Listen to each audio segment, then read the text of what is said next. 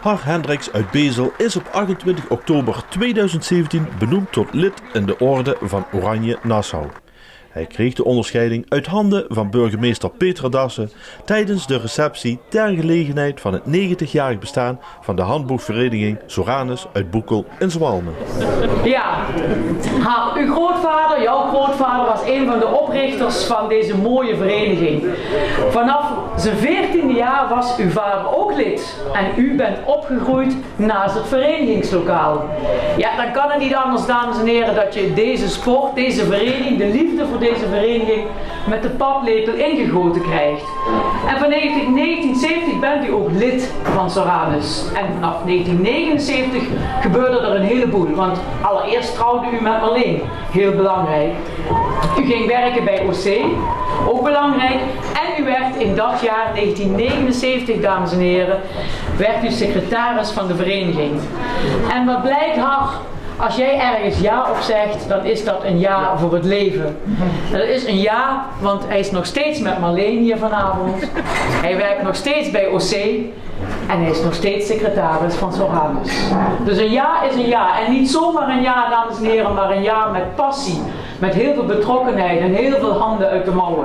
U bent ook een trainer. U begeleidt jeugdrechters naar wedstrijden.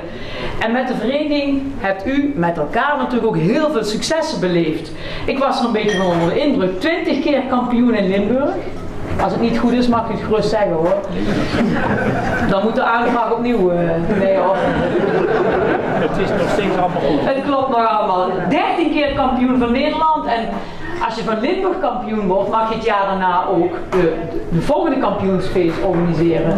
Of de wedstrijd. Dus dat betekent dat u dat ruim 20 keer heeft mogen doen. En als je zo'n wedstrijd mag organiseren, komt er zich heel wat bij kijken. Een tent, 4 wedstrijddagen, van 's morgens vroeg tot 's avonds laat.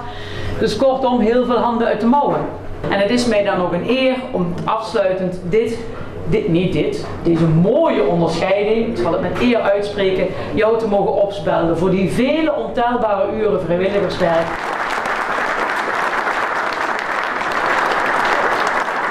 Mooi, ik even Pieter.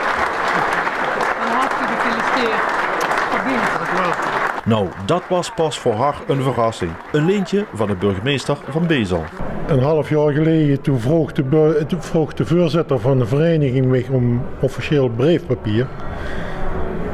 Toen dacht ik van, wat is dat voor nodig? Maar daar heb ik dat eigenlijk niet meer aan gedacht. Alleen, wie de burgemeester daar zo gekomen, toen dacht ik wel van, daar is het aan de hand. Ook voor Marleen, want dit doe je natuurlijk samen, dames en heren. Dat kan niet anders. En wat betekent handboogvereniging Soranus voor haar? Een heleboel. Anders dan was er 39 jaar secretaris van. En, ja, ik ben in 70 lid geworden. In 79 secretaris. En doe het nog altijd met plezier. En dat is niet voor een vereniging die wat ik niet nou aan het hart leg. Ja, je zegt al, de vereniging strijdt voor het hart. Waarom eigenlijk? Waarom is dat zo? Gewoon een gezellige club. Altijd voor elkaar klaarstaan. De burgemeester kalde net ook wel voordat er de nodige vrijwilligers zijn. Maar die zijn er eigenlijk niet, want dat zijn eigenlijk gewoon de leden. Elk lid is bereid om ten alle tijde voor de vereniging klaar te staan. En dat vind ik, dat vind ik gewoon de motivatie om daarmee door te gaan. En dan naar burgemeester Dassen, die als burgemeester van Bezel het lintje mocht uitreiken in de gemeente Roermond. Ook bijzonder tijdens deze feestelijke avond van het 90-jarig bestaan van handboogvereniging Soranus.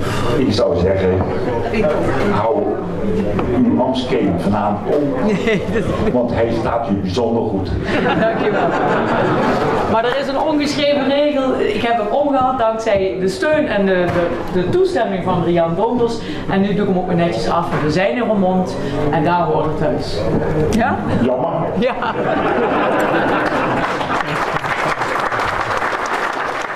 Weer terug naar haar en hoeveel tijd hij met de vereniging bezig is. De ene week is het meer, de andere week is het minder. Maar gelukkig heb ik nu elke vrijdag vrij, dus dan kan ik er een beetje extra aan spenderen. Maar er zijn er wel een paar. En begint het nou verder? Wat gaat je nog allemaal doen in de toekomst? Wie lang blijf je nog binnen de vereniging? Bij de vereniging blijf ik altijd. Dat is een ding wat zeker is. Maar wie lang dat je nog secretaris blijft, zolang je dat toch goed kan doen, ben ik nog beveld, blijf ik dat doen. En ik vind ook dat de partner terecht in de bloemetjes wordt gezet, want zonder de steun van het thuisfront ging het ook niet, hè? Zo is het ook. Maar misschien is het toch goed om even uit te leggen. Mijn collega Petra Dassen kan dat geweldig. Ik kan dus met een gerust hart haar de volgende keer ook weer toestemming geven. Ik wil u toch even uitleggen hoe dat werkt. Want dat klinkt zo officieel en dat is het ook. Je mag als burgemeester nooit een keten dragen op het grondgebied van een andere gemeente. En eigenlijk is het zo, als je in de gemeente woont, moet je daar ook de onderscheiding krijgen. Dus omdat u in Bezel woont, moest u hem eigenlijk in Bezel krijgen. Maar dat is natuurlijk niet zo leuk als hier. En daarom moet dan mijn collega van Bezel officieel toestemming vragen. Maar dat doen we nou officieus en officieel nooit moeilijk voor. En als je zo'n collega hebt, hoeft het ook niet. Dus nooit jaloers. Ik vind het weer geweldig dat er via Bezel hier een onderscheiding heel terecht is geland bij u. En geniet er met elkaar van, want u heeft hem allemaal een beetje meegedragen. En ik heb nogmaals een hele fijne avond. Mijn opa had hier vroeger samen met 17 anderen de Hangboogvereniging opgericht. Opa is met mijn oma trouwde, die woonde in Neel. Daar hadden ze de Hangboogvereniging Willem Tell. En wie dan naar Boekel is gekomen, hebben ze daar Seranis opgericht. Mijn vader is altijd lid geweest vanaf dat er lid mocht zijn. Ja, en ik heb er een beetje langer over gedaan, maar ik ben ook lid geworden. En, ja, ik vind het gewoon een hartstikke toffe sport. Vertel nog eens tegen die mensen die zeggen handboogschieten, jezus, wat moet ik het over voorstellen? Handboogschieten, omdat het omschreven is, slecht te doen. Ik zou zeggen, kom gewoon een keer op onze avond. Je zit allemaal van harte welkom. We leren geen keer wie dat ze dat moest doen. En als ze er eenmaal aan verknocht bent, dan blijft ze erbij.